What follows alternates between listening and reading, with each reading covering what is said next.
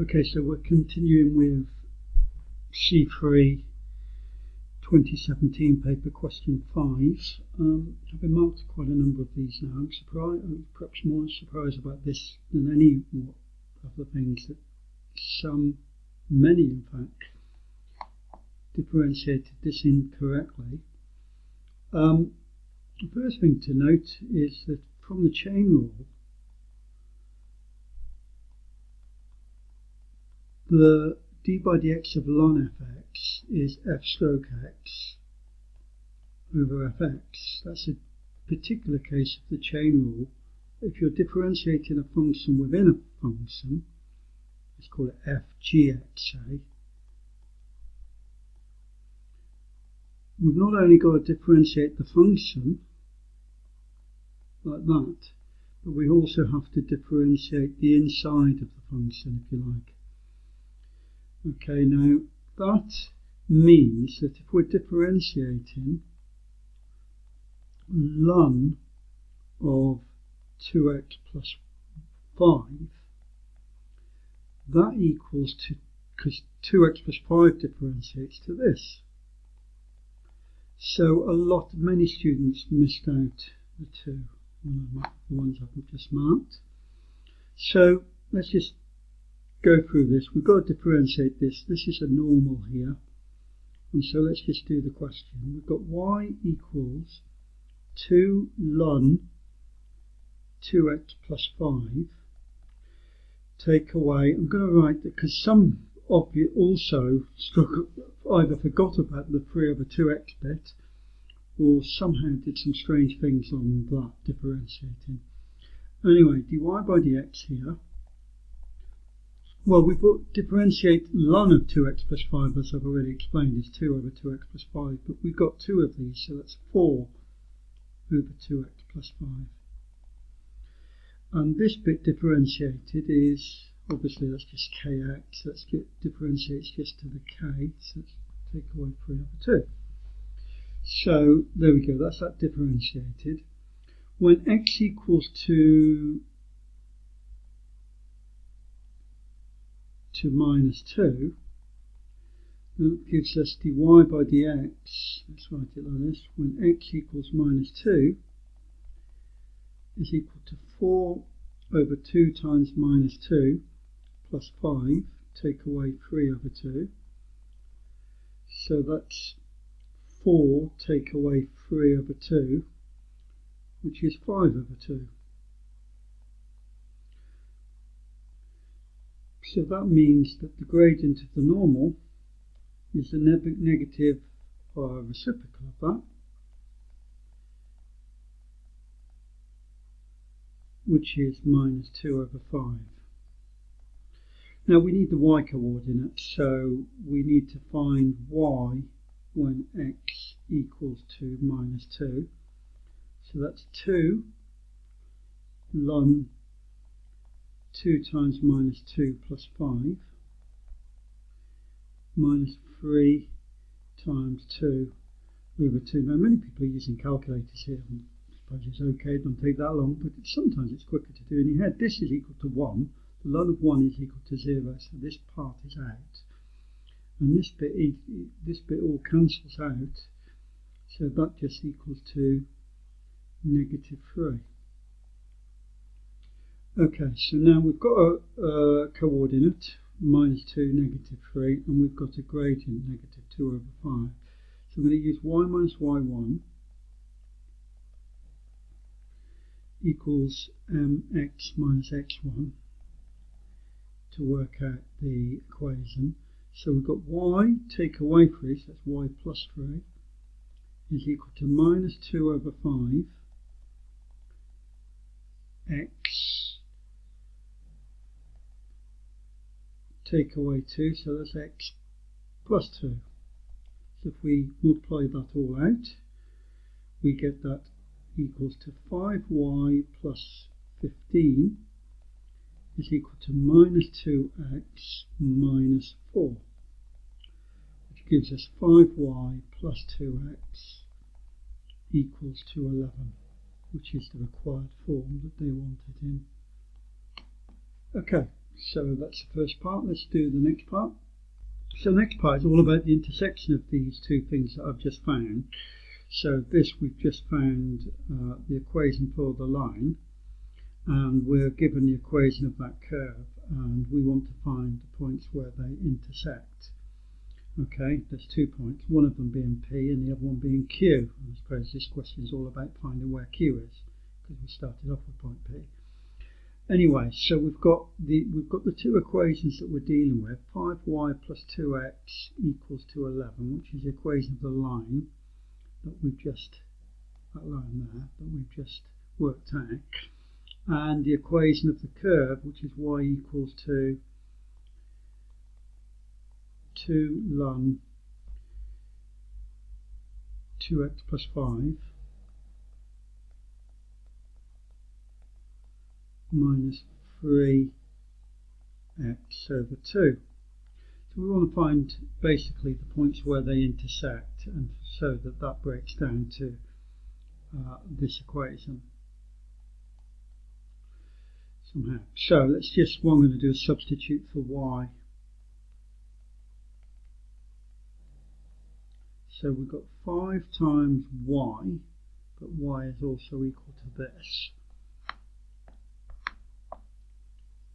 5 times y, which that's 2 ln 2x plus 5, take away 3x over 2, plus 2x equals 11. So we're going to need to multiply this out, of course. 10 ln 2x plus 5, take away 15x over 2 plus 2x equals to 11.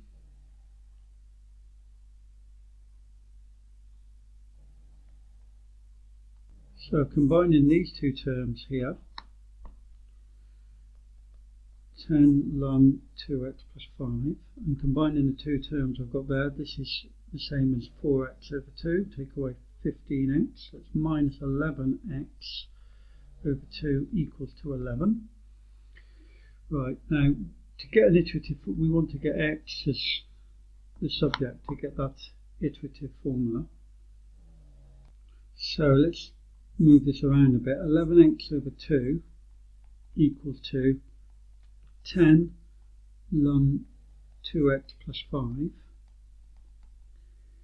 and then that would be take away 11, and now we can just times by 2 over 11. So timesing everything by 2, you'll get 20 here, but we're also going to divide by 11, so that's 20 over 11. Timesing by 2 over 11, obviously dividing by 11 gives you 1, so let's take away 2 as required, so that's that part done. And then part C, a nice little bonus thing really. Most people got this, although some people do be careful because it does want 4 decimal places. So we're given the starting value x1 equals to 2, so we're putting 2 in there. So effectively we're going to be working out 20 over 11 ln 9 minus 2. As I say, most people can do this, but I'm just in case anyone doesn't, I would use the answer key even for 2 results like this. So what we could do is type x, just type on your calculator, depending on what model you have, but it's probably going to be something like this. Type on your calculator 2 equals 2, or possibly execute on some calculators, and then just type 20 over 11 ln 2 times answer plus 5 take away 2, and if you do that you're going to get the following answers. So x2 to 4 decimal places is 1.99, it actually comes to 495,377, but we want 4 decimal places, that's 50. press the equals button again, and we get x3 is equal to 1.9929. Okay, that 0 needs to be there, by the way, because it wants 4 decimal places. Let's look at question 6. Okay, so a nice start to this question. I seem to have cut off the actual mark allocation here, but it was 2 marks for each of these. Whenever there's a modulus thing, it's worth, I think it's best perhaps to start off with the thing without the modulus. Notice that A and B are both positive, so that's important because it's going to get the position right. So 2x minus A is going to be looking like that something, but we want the modulus of that, so all the negatives are going to be scrubbed out, and we're going to have something like that. Let me draw that separately. Okay, so this one's going to go like that. Now it does say sketch with the graph, and it does say somewhere, so on all of them, which the graph crosses the axes. Okay, so obviously this is A, because the original graph was 2x minus A. This point here, well, we can just equate y to be equal to 0, which means that 2x minus A mod is equal to 0, which is the same thing as without the mod. So that point there will be A over 2. Okay, so then we can just see this one. It's a case of just shifted up by B. Basically a transformation of this type, fx plus b, basically just moved up, shifted up. So that would then come to more something like this. Let's move that bit out now. Okay. Now we do need to write this point on. Well, it's moved up by b, so this point here must be a plus b. Okay, so that's the first part. Now for the second part, solving these equations, I do like to use a graphical approach. It is, for this particular case, possible not to. But basically, we've got the curve, the graph of 2x minus a modulated plus b here. I pointed out the two little bits because effectively you've got a combination of two functions here, 2x minus a plus b, where we didn't change the sign from the modulus, and the minus bracket 2x minus a plus b. And that enables us to kind of home in on the kind of equation we want. Now this says that there's a solution at x equals 0. So that must mean that the curve, the line here, that distance here must be 8, because our equation here that we're looking for the intersection of is 3 over 2x plus 8.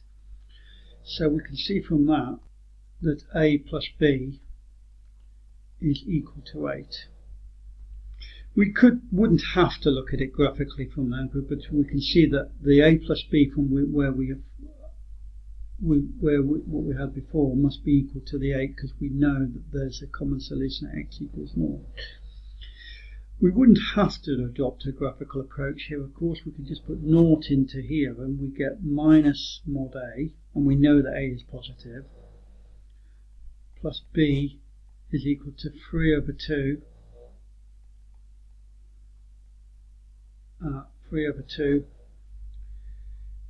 and it's times 0 plus 8, and that would give us a plus b is equal to 8 from that as well, which is what a lot of students have done, got a plus b, although some came to the wrong conclusion and said a minus b equals 8 or b minus a equals 8 or whatever.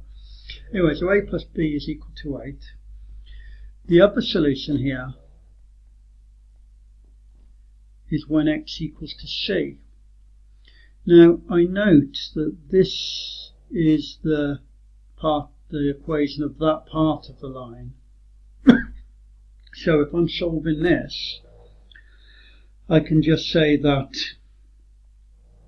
2c minus a, I can take the modulus out because I know it's the positive part of that, but where 2x minus a is positive anyway, plus b is equal to 3 over 2 c plus 8.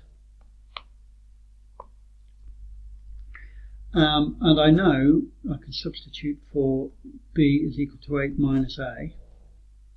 So I've got 2c minus a plus 8 minus a is equal to 3 over 2c. The 8 obviously cancels, plus 8, which cancels. And I end up with 2c minus 2a is equal to 3 over 2c. And then rearranging that, we get a half of c is equal to 2a. You must write c in terms of a though. A few people got this far and kind of didn't finally write that c is equal to 4a as their final answer. A is equal to a quarter c, or half c equals 2a. Didn't get full marks here. You needed to write, end up with c equals 4a. Okay, so let's have a look at the next question 7. So a differentiation question with a bit of algebra involved, probably, of course, quite a few problems both parts really, particularly part 2. Okay, so let's look at part 1 first.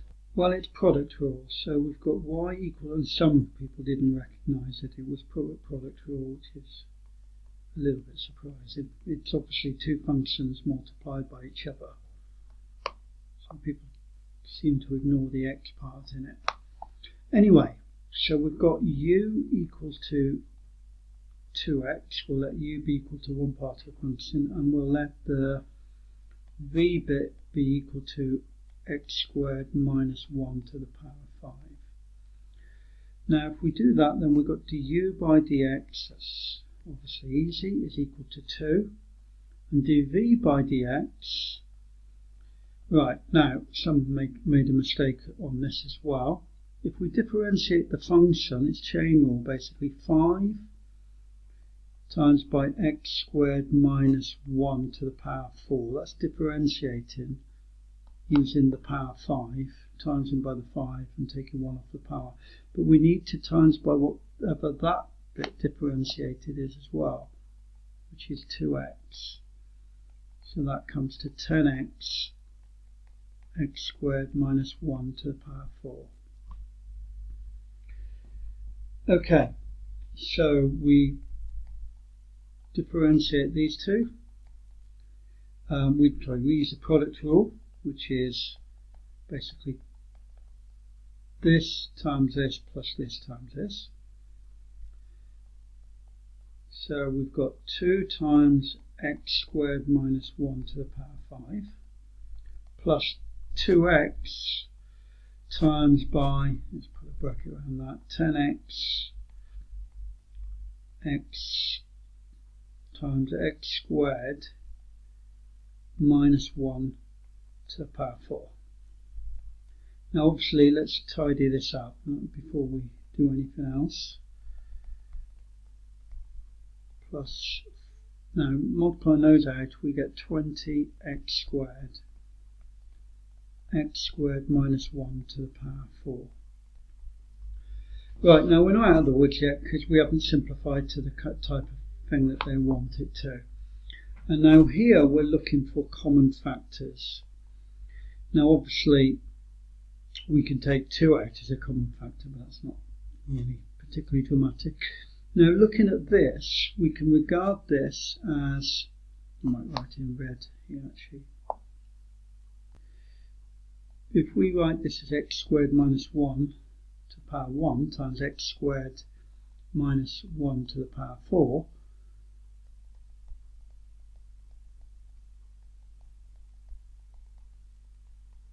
then we can see we've also got a common factor of x squared minus 1 to the power 4.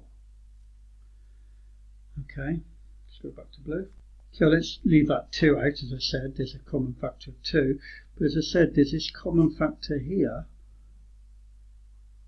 of x squared minus 1 to the power 4.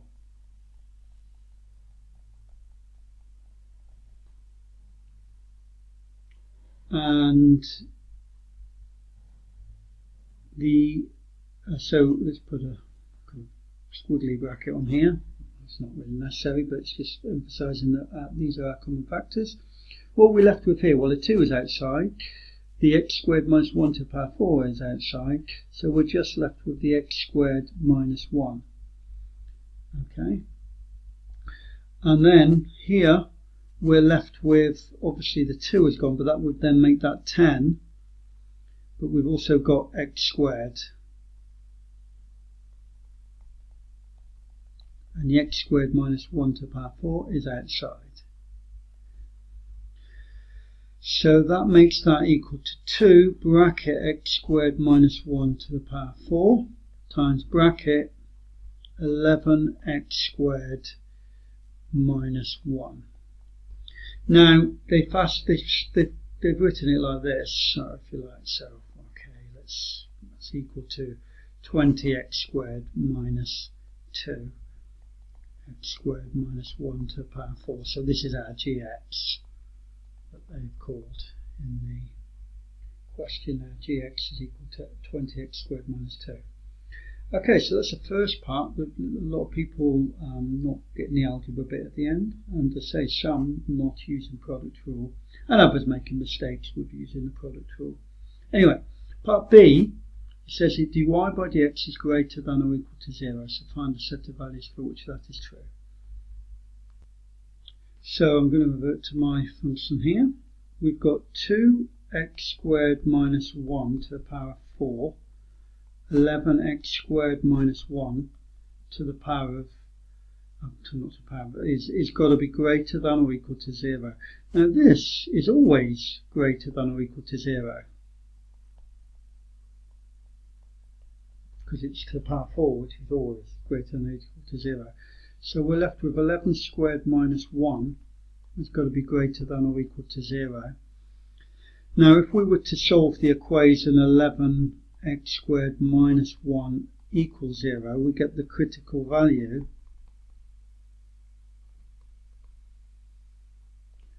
of, or values of plus or minus 1 over the square root of 11.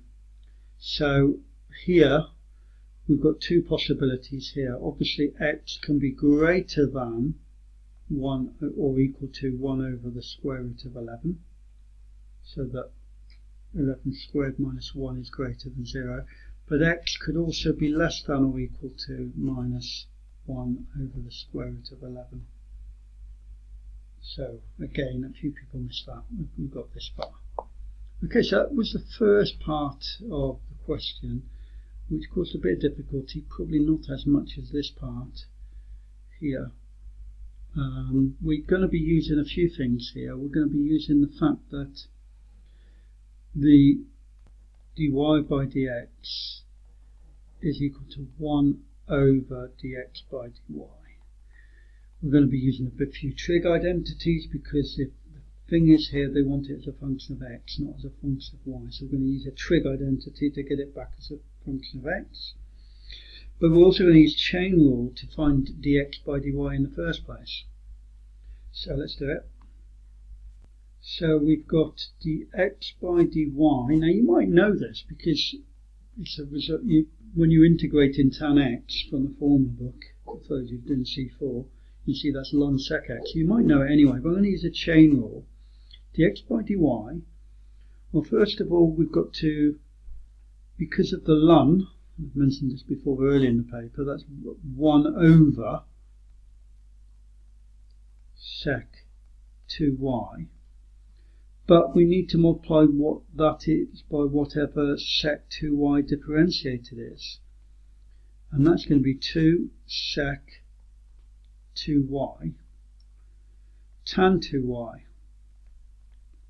So obviously that cancels, and we're left with 2 tan 2y. So we can then say that dy by dx is the reciprocal of that, as I've just said, is 1 over dx by dy, so that's 1 over 2 tan 2y. Right, now that's not enough because we need to get it back in terms of x. Well, so we can do this because we can use a very handy identity which says that 1 plus tan squared x is equal to sec squared x or y or whatever it is, or 1 plus tan squared 2y. Can be anything there so long as it's the same angle or same thing. So it's is equal to sec squared 2y.